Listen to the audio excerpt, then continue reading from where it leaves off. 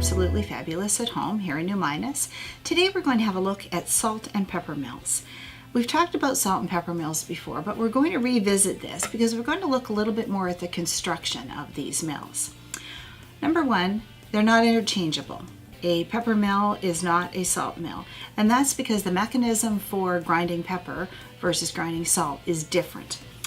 In this cutaway example of a pepper mill, you can actually see, and we'll get a close-up later, but you can actually see that as I turn the mechanism, it's turning the wheel and turning inside an auger.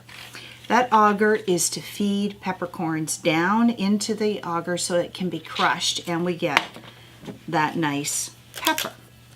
So when we crush it, we get our pepper. Peppers, the simple way to remember it, peppers are outies, salts are innies. If you put salt into a pepper mill, this mechanism is not designed to take the humidity that's in salt. So over time, you're going to find that your mill stops working, especially if you've left it for a little while, like say over the summer. Salt is hygroscopic, so it attracts water. Your salt is actually going to bond to or create a mess in here of salt on the stainless steel, and you're going to lose the function of your pepper mill. Most salt mills actually have ceramic parts, so that, or specially treated metal, so that the salt can't corrode the metals. A good salt mill, or salt or pepper mill, will have varying amounts of, or varying grind, so that you can have a large coarse grind or a very fine grind.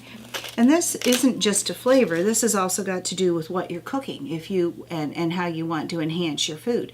Large pieces are going to be great bursts of flavor in your mouth, small pieces are going to be more subtle. So that's the same for either salt or pepper. These are our beautiful red mills, exactly the same. These are from Peugeot. No matter what mills you buy from Peugeot, you're going to have the same thing. Salt's going to be one type of grinder, always going to be an innie, and peppers are always going to be outies.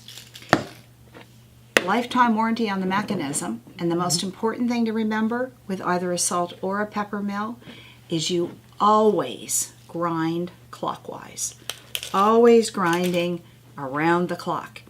If you do the motion, and it seems like when you're watching somebody grind, they're doing this, they're sliding back and forth and grinding back and forth. They're not. Their hand is actually slipping around to grab the top to do it again.